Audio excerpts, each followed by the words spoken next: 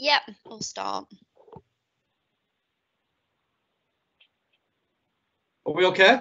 And you're live, Dave. Thank you very much. Thank you, Shannon, and welcome everyone to the December meeting of Planning and Highways Committee. I'm Councillor Dave Smith and I'll be chairing this meeting tonight. I've got to read this out before we start. So good evening and welcome to this meeting of Planning and Highways Committee for December. This meeting is being held virtually in accordance with Part 2 of the Local Authorities and Police and Crime Panels Coronavirus Flexibility of Local Authority and Police and Crime Panels meeting, England and Wales, Regulations 2020 and the Council's Supplementary Council Procedure Rules. The regulations were brought in as a response to the coronavirus epidemic. They remove the requirement for members to be physically present in the room. They allow us to debate, participate and vote through remote video conferencing whilst observing the social distancing measures needed to restrict the spread of the virus. Can I ask members and officers to observe the following principles? Please mute your microphone and turn off your video at all times unless I've called upon you to speak. Remember to mute your microphone and turn off your video again when you have finished. Indicate at the start of the meeting if you wish to speak or through the MS Teams chat channel if you wish to speak again. I will call members to speak at my discretion and according to the demands of the agenda. In terms of voting on planning applications, officers or myself will ask each councillor in turn. Okay, so just before we start the meeting, I've got an announcement to make. I've got to announce that John Wilson, as you all know, is one of our planners, is retiring on Christmas Eve. He's been with the authority for 12 years, since 2008, and I've always found him to be really helpful and a gentleman. So I'd like that recorded in the minutes, please, Shannon. Yeah, of course. Okay, so we'll send all our best wishes to John and hope he has a very happy retirement. Could I endorse that, Mr. Chairman, please? Certainly, Paul. Thank you. We'll move on to the minutes of the previous meeting. Can someone move those, please? I move those. Thanks, Jackie. Those seconded? Second that, Chair. Thank you. Are there any declarations of interest?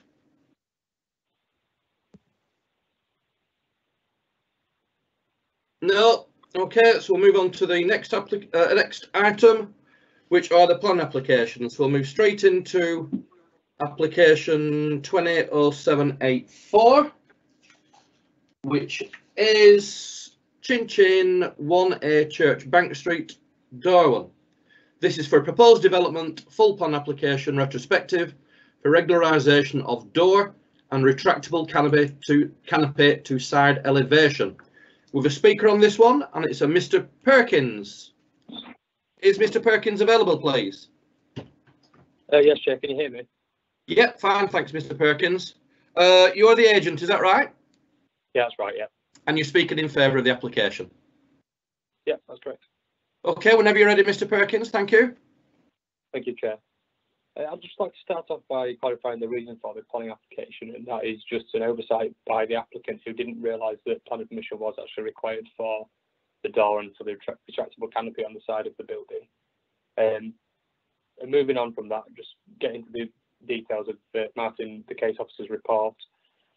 He's highlighted within his report that there are a number of material considerations that need to be brought into consideration by members. One of which, and I believe the main one, is the planning history, which includes no planning conditions limiting the noise of the existing use within the bar. So that means that the use is existing already and there's no conditions on the building to limit the noise. And the only aspect that we are applying for with this application is the retrospective door and the canopy. There are also existing windows and doors which were previously approved on the building, and no noise condition was required for those previous openings. The office has looked at the amenity and the design impact and has concluded that it is an acceptable impact subject to the recommended conditions. I know that there are some pre-committee amendments that I'm sure the case officer will clarify as part of his presentation. And I'd just briefly like to remind members that the cafe pavement licence has recently been granted in the locality for the bar owners. And there's been no noise complaints in relation to those licensing matters. If there are any questions during the presentation, feel free to pose them towards me. Thank you. Thanks, Chair. Thank you very much, Mr. Perkins. Gavin, do you want to go through this, please? I'll just bring in Gavin Prescott now. He's the planning manager. Thank you, Gavin. Thank you, Chair. Yeah. So as the Mr. Perkins has just intimated, this is a retrospective application relating to Chin Chin, which, as members will recall, was there was an application on last month's agenda in relation to the outdoor area there to the side of the premises, which was approved. So this is a retrospective application for the retention of the outdoor door and canopy area, which as you can see there on the side elevation of the premises. So the premises was granted consent in March 2016 for the use as a barn, and as the speaker intimated, there were no conditions in relation to the noise music emanated from the premises. So what we're purely assessing here is the external alterations in relation to the door opening and the canopy.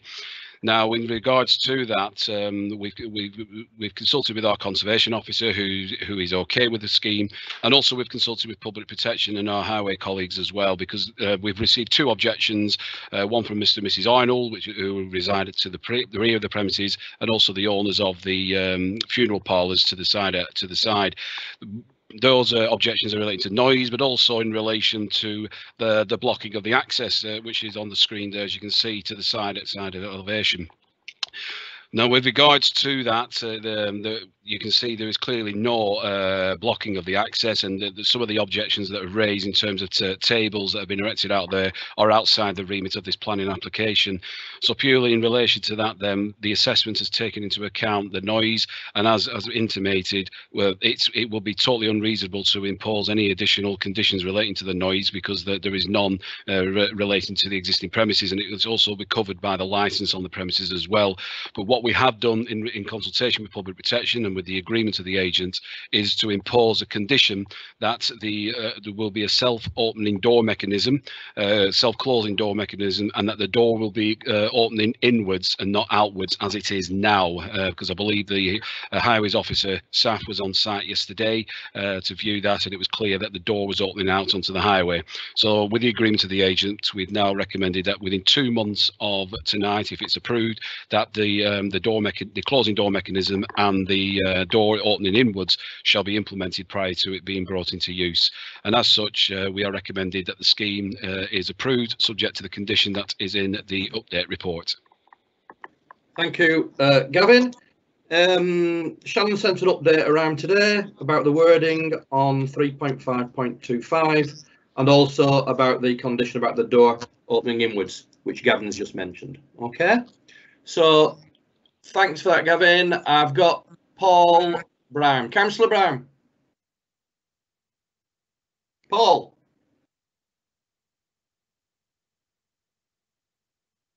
I'll come back to Paul if he's not receiving us. I've got Paul Marrow. Paul. Councillor Marrow. Yeah, thank you, Chair. Thank you.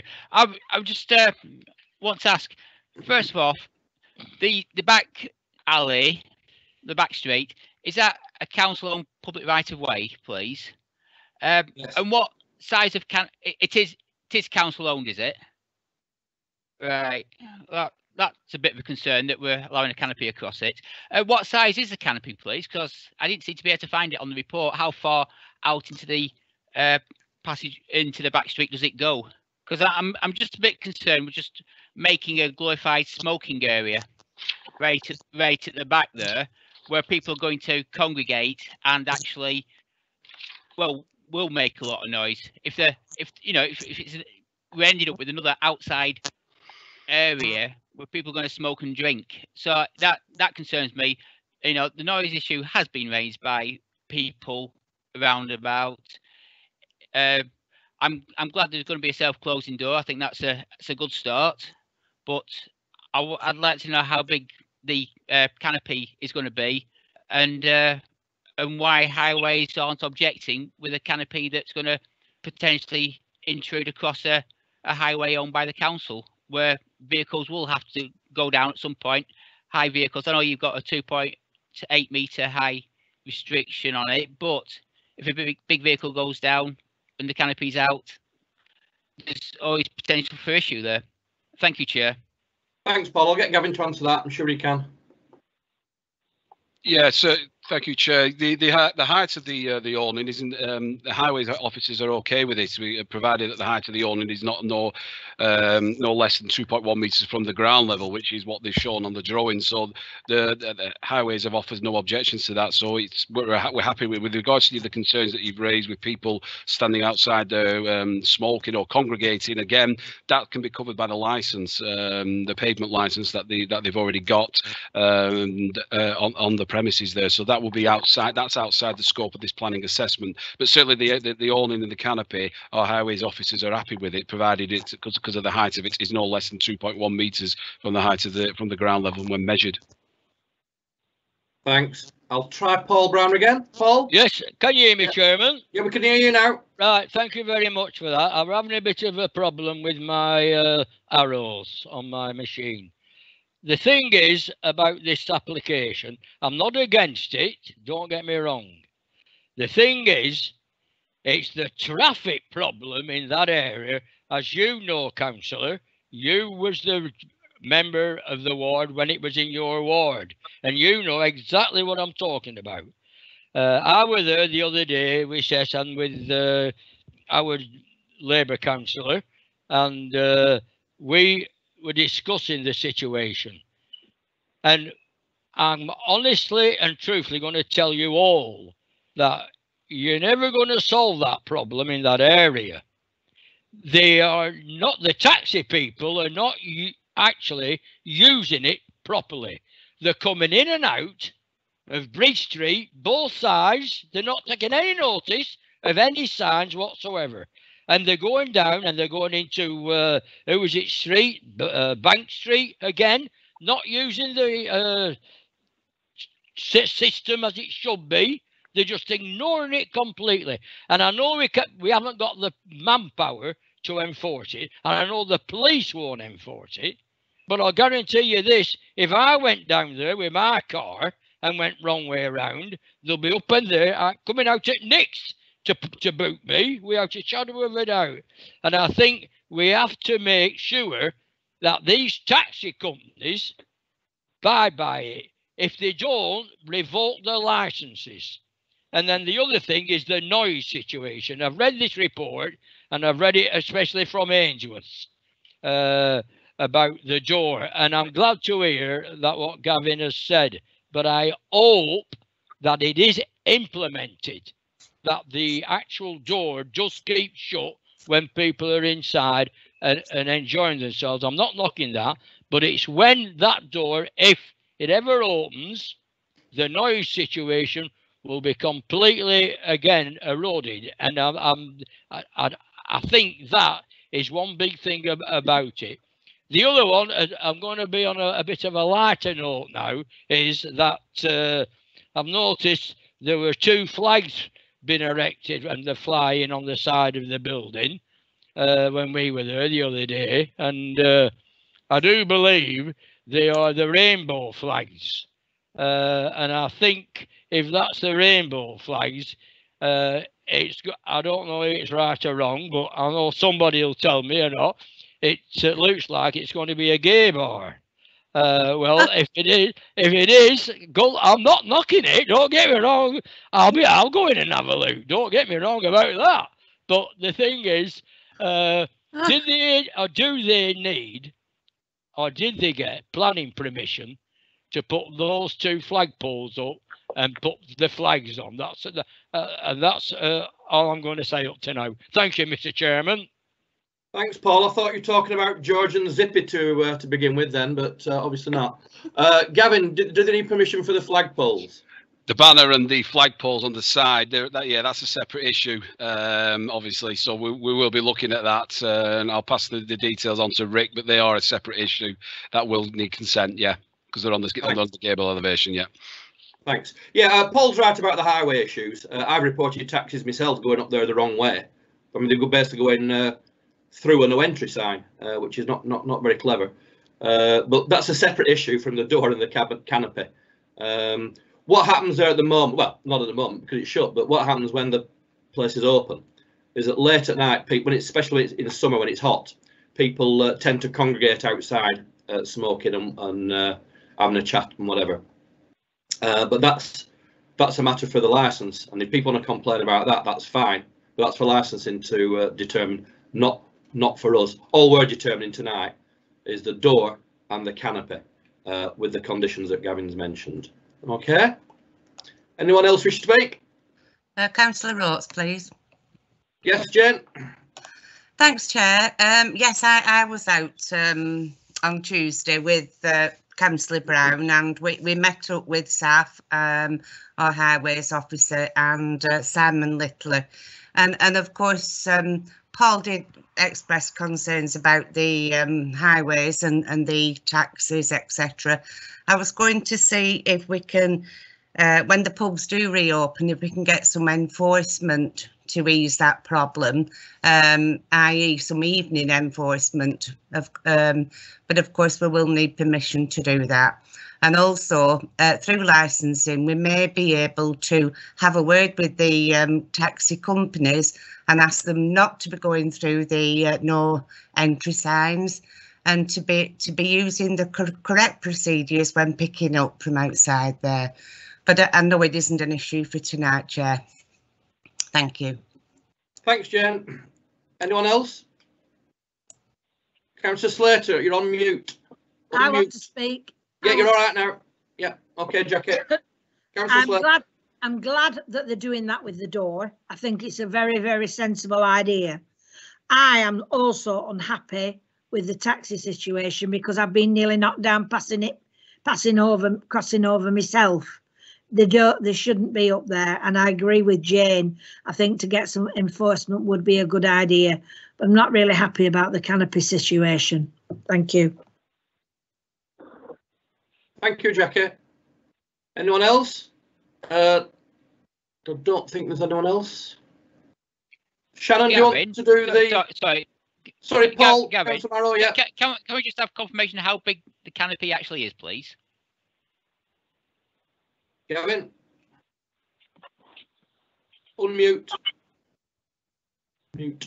Through the chair, yeah, I will. Yeah, through the chair, I will need to come back to you on that one because I've just not got the drawings to hand with that. I can answer that question if you want me to. Okay. Anyone else? Can I just say, Mr. Chairman, I want to thank Jane for being there with me the other day, and I want to give the apologies for Councillor Roy Davis, because he was supposed to be there as a ward councillor, but he had another engagement. So I just want to say to Jane, thank you, and I agree with what she said tonight. Thank you, Mr. Chairman. Thank you, Councillor Brown. Chair. Yes, Gavin. Yeah, Dave. I think that the speaker, Mr. Perkins, said he's got the measurements to hand. If that helps. Yes, please, Mr. Perkins. Oh, can you hear me? Yes. So when it's fully extended, it projects 2.5 metres from the side wall, and when it's retracted, it projects 15 centimetres from the side wall. Have we got a length? Not off the top of my head now. I think it's around 3 metres roughly, I think. Yes, so 3 metres by about 2.5. I think that's the usual sort of size for a canopy, isn't it? Okay. I've not got anyone else. So, Shannon, do you want to go through the roll call, please? The recommendation is for approval with the conditions that's outlined by Gavin there. Thank you. So, Smith. 4. Councillor Actor, if you could just put in your comments, please. Brown. Second that, Chair. Councillor Brown, did you say? Yes. Yeah, 4. Thank you. Casey. 4. Hardman. Against. Harling. 4. Jamdamani. Corn. 4. Cornett. 4. Second. Marrow. Against. Oates. 4. Riley. 4. Slater.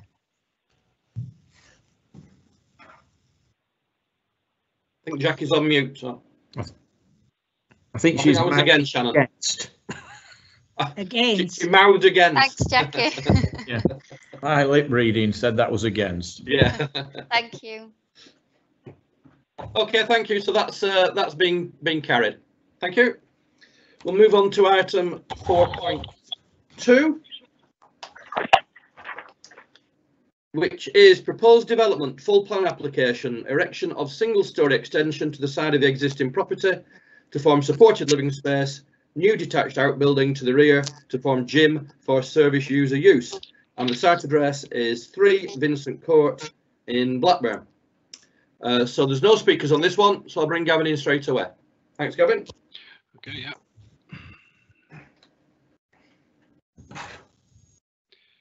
Thank you, Chair. The application tonight before you through the chair referral process, as a petition has been received from the neighbouring residents against this proposal. The application site is a large detached property within a row of detached dwellings located to the west of the main A666 that runs through the Ewood ward. The proposal is to erect a single-storey side extension and a detached rear outbuilding which will form a gym. Number 3 Vincent Court is a detached dwelling house, and members should be aware that in October 2019 a lawful development certificate was issued in respect of the dwelling being converted into a C3 Class U6 C3B use for up to 6 people living together as a single household and receiving care. The proposal was for 5 persons with mental health requirements living together as a single household and receiving care. A previous planning application was refused permission in May this year, as it would introduce the further 2 residents onto the site through a separate self-contained annex either side of the gable elevations with no internal access to the main dwelling house. This was considered to materially affect the planning unit. The current proposal tonight has attempted to address the issues by removing one of the extensions and the remaining extension being internally linked to the main property, allowing the residents to integrate with each other. A petition containing 6 signatures objecting to the proposal has been received, with the objections fundamentally being on highway grounds. The proposal shows 6 car parking spaces within the curtilage of the property, which is considered to be acceptable. The proposed design of the extension is considered to be acceptable in terms of its impact on the host property and the street scene itself. In terms of the materiality test, the application is not seeking to review the lawful development certificate application granted last year, but it does allow an opportunity to ensure that policy 47 of the local plan, in terms of the impact on local services, is addressed. There is a separate paper on tonight's agenda which focuses on how the council is proposing to deal with new proposals for children care homes. In this particular instance, it's considered prudent to impose a condition requiring the facilities at number 3 Vincent Court to be geared towards their use by people either within the borough or being supported by the council but living elsewhere. A suitably worded condition has therefore been imposed. The proposed detached outbuilding is relatively modest in its relation to the size of the plot and will remain ancillary to the main use. In summary then, the proposal is considered to be acceptable as the previous reasons for refusal have been fully addressed, and with the proposed conditions set out in paragraph 4.1, members are advised to support the recommendation. Thank you, Gavin. Are there any questions, comments? I think this one is fairly straightforward. Would someone like to move it? I'll move it, Chair. Second it. Seconded? Second. Thank you. I've got a question actually from Councillor Zamir Khan. Zamir. Yeah, I was going to move it, Chair, so somebody's moved it. Thanks, Zamir. Paul Marrow. Yeah, thank you, Chair. Just a quick one. I welcome the fact that the council officers have worked hard to make this acceptable and better. The residents' concerns are about traffic, and I do think, and potential parking issues, I do think as a council we do need to get our traffic wardens out there a little bit more and readdress those concerns that the residents have there, just like in the last one. Let's get our parking enforcement officers out and about and out of the town centre and address those concerns for those residents. Apart from that, I think it's the officers have worked hard on this. Thank you. Thanks, Paul. Yeah, I agree with that. It's now a lot more acceptable than previously. Yes, Councillor Slater. Jackie.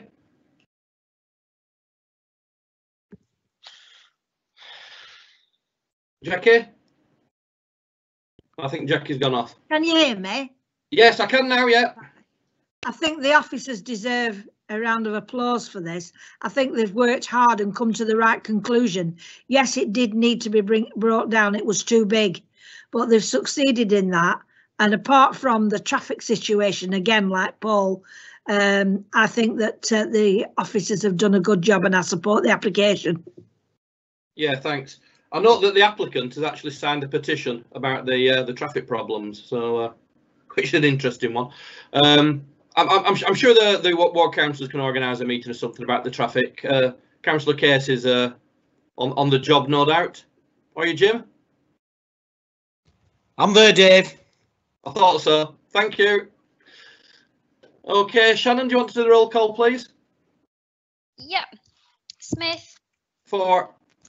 Actor. Brown. 4. Casey. 4. Hardman. 4. Harling. 4. John Vermani. Corn. 4. Cornat. 4. Marrow. 4. Oates. 4. Riley. 4. Slater. 4. I'll just go back to Councillor John Vermani.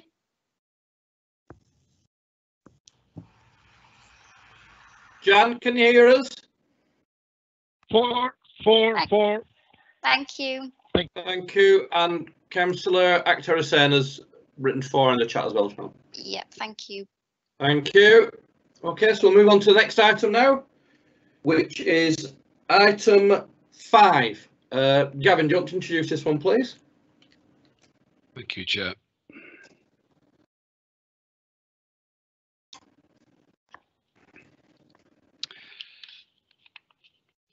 Again, thank you, Chair. Yes, I'll just zoom out. You can see that on the screen. I'm sure you can see that. Yes. Yeah. Let's put it on full screen mode, and it's. Yeah.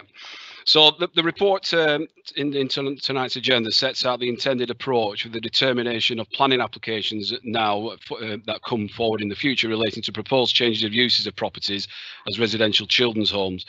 Members will be aware that there have been an increasing number of certificate of lawfulness applications to use properties as residential children's homes, which have been placing a strain on our local public sector resources. So the development management team have recently been dealing with certificate of lawful applications at properties on Eden Park, Vincent Court, which was just on the last agenda item, and Aintree Drive in Lower Darwin in the borough. Until recently, officers have judged that the change of use from a house to a children's home is not material, which in nature does not constitute development and therefore doesn't require planning permission. However, in recent months, new information has come to light. Firstly, an approach being taken by Blackpool Borough Council, because they've been inundated as well with similar proposals. And there's been a recent case law, and also there's been advice received from Council to Blackpool Borough Council as well, which has been shared kindly with ourselves. In addition, the development management team have been working closely with children's services to better understand the nature of a children's home's use. So it's now considered that the change of use from a house to a children's home is material and is therefore a development requiring planning permission for the following reasons. 1, changing the character of the use is based on the day-to-day activity, operations and the physical layout. And secondly, the impact of the proposal, which is the uncontrolled loss of a family homes, which is a material planning consideration. Case law has established that the increased strain on local public sector resources can also be accepted as an indicator of a material change of use. So the development management team, following consultation with children's services, have produced a planning advisory note, which is on the screen there, which is intended to inform and assist applicants seeking planning permission for the development of or the change of use of an existing building to a children's care home. A draft copy of the note is attached to the report. Policy 47, which I've referred to previously, which is the effect on development on public services of the local plan, aims to ensure that planning decisions as far as possible support the commissioning strategy for facilities and services. The planning advisory note, whilst not being a formal supplementary planning document, is still a material planning consideration linked with Policy 47. The note will provide clarification and information on the Council's approach to dealing with planning applications for children's care homes. It will also be, via the imposition of Section 106 agreements, give the Council greater control on who resides at the properties to ensure sufficient provision exists locally to meet the Council needs, but also allowing some flexibility. The note focuses on the main planning considerations and processes with regards to new children's care homes, and these are set out as follows in summary. So what are the material planning considerations? What is the relevant planning policy guidance and information? And in terms of specific advice, what properties are considered to be appropriate? What's the car parking level provision required? How do you demonstrate local need? What should you include, the applicant should include in the management plan? What changes can you expect to make to the property? The mechanism to meet the local need, for example, Section 106 agreements, and also details of the pre-application advisory note service. The draft advice note has been presented to the executive members for Growth and Development and Children's Services, who have both supported it. So officers are requesting that the committee endorse and approve the proposed planning advisory note to be used as a material planning consideration in the determination of any applications for children's care homes, and the note will then be published on the relevant planning and children young people web pages. Should also add that we are currently also working on a similar planning advisory note in relation to adult homes, and this will be presented to the next meeting in January. Thank you, Gavin. Yeah, this report and the one that's going to come in January are really important documents in order to regularise the situation with children's homes, obviously homes for adults as well. Obviously, like you said, it's got the full support of Children's Services, and no doubt the report in January will have the support of Adult Services. So it's really good, and it's quite an important document. I've got Councillor Riley, Phil Riley. And Councillor Slater wants to speak. Yeah, fine. Okay, Phil. Thank you, Chair. Well, as both you and Gavin have said, this is an important piece of work. It's a good piece of work as well, because we've had, as Gavin said, we've had 2 or 3 examples in the past, or the recent past, which have ended up with a significant amount of duplicated work by different departments, and also because of the way in which they were being done. We've ended up with a sizable amount of concern amongst residents, petitions against them, petitions for them. So it needed regularising, so that as a council we approached this in a unified and a holistic fashion, where all the departments work together to get the right answer. So it's a good piece of work. It's long overdue, in truth. And as I said, we've recently had 2 or 3 incidents which have very much brought this piece of work to a head. So I'm more than happy to support it, propose it if somebody needs to propose it. I'll propose it. Thanks, Phil. Phil's proposed it. Jackie, do you want to second it? Yeah, I'll second that, definitely. Do you want to speak? Yes, I do. Yeah, go on. First of all, sometimes when you're a councillor, you think, why do I bother? And then other times when you're a councillor, you read something and you think, yes, at last we're winning, we've got somewhere. This is an excellent piece of work. It is long overdue. It makes this borough shine out if we do things like this. We've had not just a case on my own ward, we've had a case on Whitehall ward where people have gone ahead, bought the houses, turned them upside down, and just thought, oh yeah, and didn't think about planning or anything. This is long overdue, and I'm sure the one on adult will be the same. But the whole team that's worked on this, I send my congratulations on behalf of our Conservative group, because I think it's an excellent piece of work. Thank you very much, Jackie. Yeah, it's good that everyone's singing off the same hymn sheet on this one, because like you said, it is an important piece of work. So thanks very much. Councillor Gianvermani? Chair, yeah, if Kevin can pass us the information about the adult, which is coming for January, it'll be nice if we get it a bit earlier and go through that. And I'm sure it's going through the process of exec member and all that. And if it is, then I think it'll be nice to get the report first instead of getting it 10 days before planning or something. Chair, thanks. I can request that. Thank you. Yeah. I think it's the timing of it, isn't it? Whether the executive board comes first or planning and highways comes first. Phil, do you know which will the document go to executive board before here, or vice versa? Do you know? This document, I don't think, has been to executive board.